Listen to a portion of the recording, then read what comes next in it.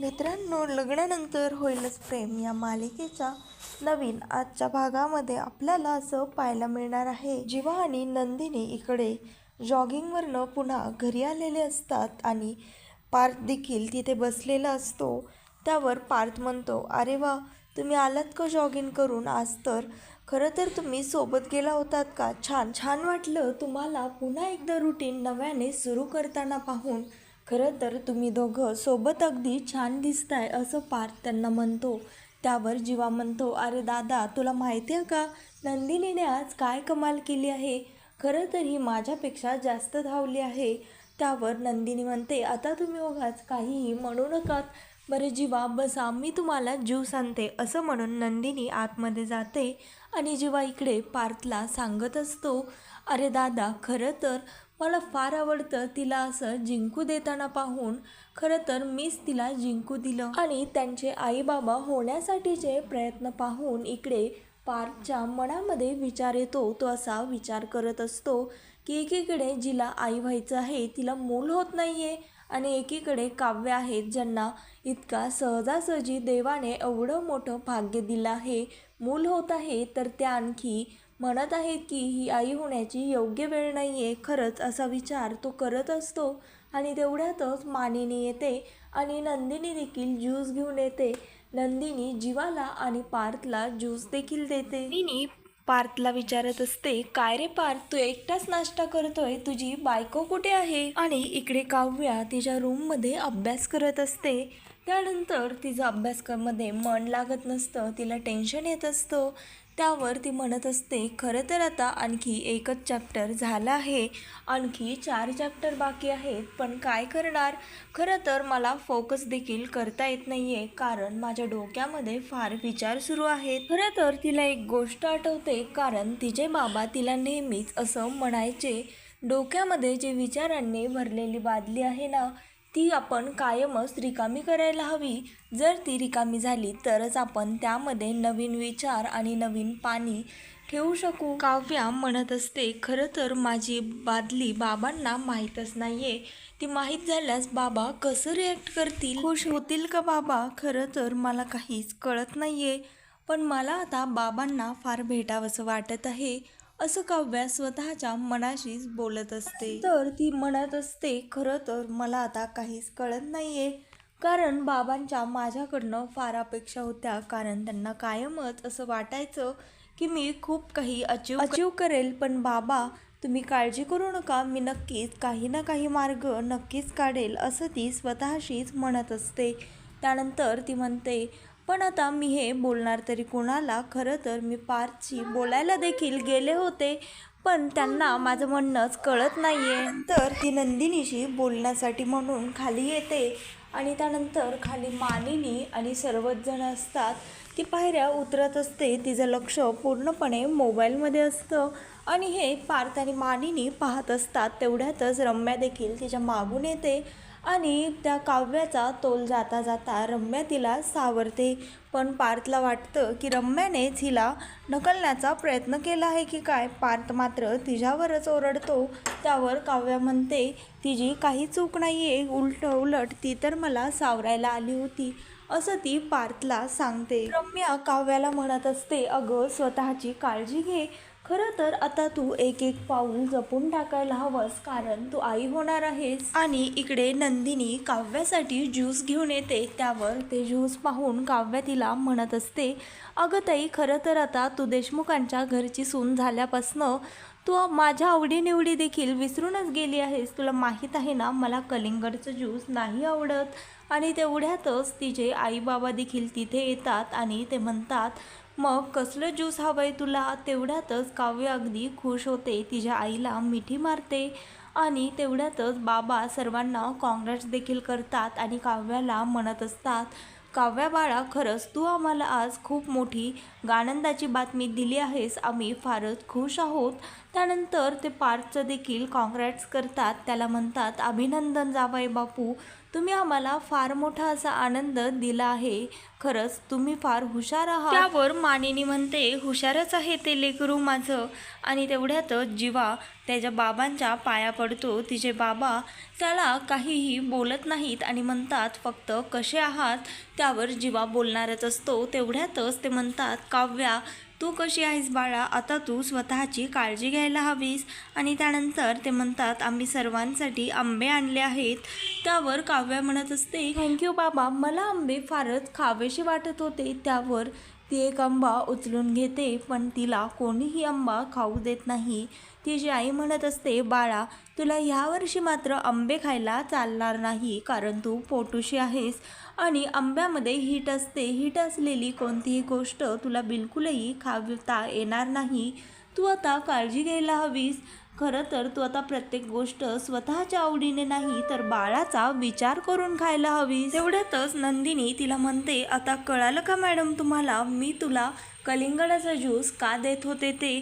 त्यानंतर मानिनी देखील तिला म्हणते, काव्या एवढी नाराज होऊ नकोस. तुला फक्त ह्या वर्षीच चालणार नाही, पण पुढच्या वर्षी मात्र तुला हवे तेवढे आंबे तू खाऊ शकतेस. आणि तेवढ्याच पार्थ तिथनं उठतो आणि काव्यासमोरील आंबा घेतो, त्याचा वास घेतो आणि म्हणतो, मी मात्र मनसोक्त आंबे खाणार आहे. त्यावर मानिनी म्हणते, हो पार्थ तू खाऊ शकतोस. त्यावर पार्थ म्हणतो, पण आई मी देखील आंबा खाणार नाहीये. माझी बायको आंबा खाऊ शकत नाहीये तर मी देखील नाही खाणार. एवढं वर्ष आम्ही दोघंही आमच्या बाळासाठी आंबा बिलकुलही खाणार नाहीत. त्यावर नंदिनी म्हणते, पण मी खाते आंबे, मला तर आंबे खायला चालणार आहेत. त्यावर वसुआत्या म्हणतात, अगं तू तर खाऊच शकतेस, तू कुठे आई होणार आहेस. पण नंदिनी मात्र तिथे वसुआत्यांना चांगलंच खडसावते आणि त्यांचं तोंड गप्प करते. पण रम्याला आणि वसुआत्यांना या गोष्टीचा फारच राग आलेला असतो. त्यावर मानिनी म्हणते, वसुताई तुम्ही जरा शांतच राहा, तुम्हाला प्रत्येकच वेळी बोलणं गरजेचंच असतं का. आणि तेवढ्यातच ती नंदिनीची आई नंदिनीला म्हणते, नंदिनी तू जरा इकडे येतेस का, मला तुझ्याशी बोलायचं आहे. त्यावर ती म्हणते, हो आई चल. आणि असं म्हणून त्या दोघीही बोलण्यासाठी म्हणून नंदिनीच्या रूममध्ये निघून जातात. आणि इकडे जीवा मात्र एकटाच किचनमध्ये बसलेला असतो, कारण त्याला आता असं वाटत असतं की आता त्याच्याशी कोणीही बोलत नाहीये, त्याला कोणी आधीसारखं विचारत नाहीये. सर्वजण पार्थदादालाच विचारत आहात, कारण पार्थदादाने गुड न्यूज दिली आहे आणि मी आता बाबा होऊ शकणार नाहीये, म्हणून सर्वजण माझ्याकडे दुर्लक्ष करत आहेत, असा त्याचा गैरसमज झालेला असतो. आणि इकडे नंदिनीची आई आणि नंदिनी बोलण्यासाठी जातात आणि इकडे काव्या देखील तिच्या बाबाला म्हणते, बाबा मला तुम्हाला बोलायचं आहे. त्यानंतर काव्या आणि तिचे बाबा देखील बोलायला म्हणून बाजूला जातात आणि काव्या त्यांना म्हणत असते, खरं तर बाबा मला IAS व्हायचं आहे आणि मी त्याचीच तयारी करत आहे, पण खरं तर मला आता कळत नाही आहे मी हे सर्व कसं मॅनेज करणार. त्यावर तिचे बाबा म्हणतात, अगं तू आता फक्त आराम करायचास आणि बाळाचंच सगळं काही वाचायचंच, पुस्तकं वाचायचेच, गर्भसंस्कारचे क्लास करायचेस, IAS वगैरे तर होतच राहील, त्याला आणखी भरपूर वेळ आहे. हे तिच्या बाबाचे तोंडून शब्द ऐकताच तिला फार टेन्शन येतं. ती मनात असा विचार करते, आता माझं म्हणणं बाबांना देखील नाही कळणार. त्यानंतर ती म्हणते, मला आईलाच बोलायला हवं, आईलाच माझ्या मनाची घालमेल कळेल. असं म्हणून ती इकडे नंदिनी आणि तिच्या आईचं बोलण्यासाठी येते. त्यावर तिची आई नंदिनीला म्हणत असते, खरं तर नंदिनी मला कळालं तुझ्याबद्दल, पण खरं तर मला तुझ्यासाठी फार वाईट वाटत आहे, पण काव्यासाठी मला तेवढाच आनंद झाला आहे. खरं तर बघ ना, असं न मागताच देव फार कमी जणांना मूल देतो, पण आपली काव्या मात्र फार लकी आहे, असं ती तिला सांगत असते. आणि हे सर्व बोलणं काव्या ऐकते. त्यानंतर नंदिनीची आई म्हणत असते, पण नंदिनी तू काळजी करू नको, कधी कधी जिथे विज्ञान आणि सायन्स देखील प्रयत्न त्याचे देखील यश येत नाही, तिथे आपण देवाकडे जातो. आणि खरं तर असे मला एक मठ माहीत आहे, आपण तिथे जाऊयात. पण नंदिनी मात्र ह्या गोष्टीला स्पष्टपणे नकार देते. ती म्हणत असते, आई माझा विश्वास नाही आहे. त्यावर तिची आई तिला कन्व्हिन्स करत असते. त्या म्हणत असतात, अगं पण तू एकदा ये तरी, जर तू तिथे आलीस तर तुझं नुकसान मात्र काहीही होणारच नाही, याउलट झाला तर आपल्याला फायदाच होईल म्हणत असते. खरं तर काव्याने मात्र आपल्याला फार आनंदाची बातमी दिली, तू ही आता लवकरच मावशी होणार आहेस. खरंच काव्या तर फारच गुणी आहे असं तिची आई तिचे कौतुक करत असते आणि म्हणत असते, काव्याला तर मी 5व्या महिन्यापासूनच माहेरपणासाठी घेऊन जाणार आहे आणि तिला हवं नको ते सगळं गोडधोड खायला घालणार आहे, तिचे सर्व ढोवाळे देखील मी पुरवणार आहे असं नंदिनीची आई तिला म्हणत असते. आणि हे सर्व बोलणं ती काव्य ऐकते. त्यानंतर ती म्हणत असते, इथे मला काय वाटत आहे ह्याच्याशी कोणालाही काहीही घेणं देणं नाही आहे, सर्वजण मात्र फक्त बाळाचंच कौतुक करण्यामध्ये आहेत, पण खरं तर मला आई व्हायचं नाही असं नाही आहे, मला आई व्हायचं आहे,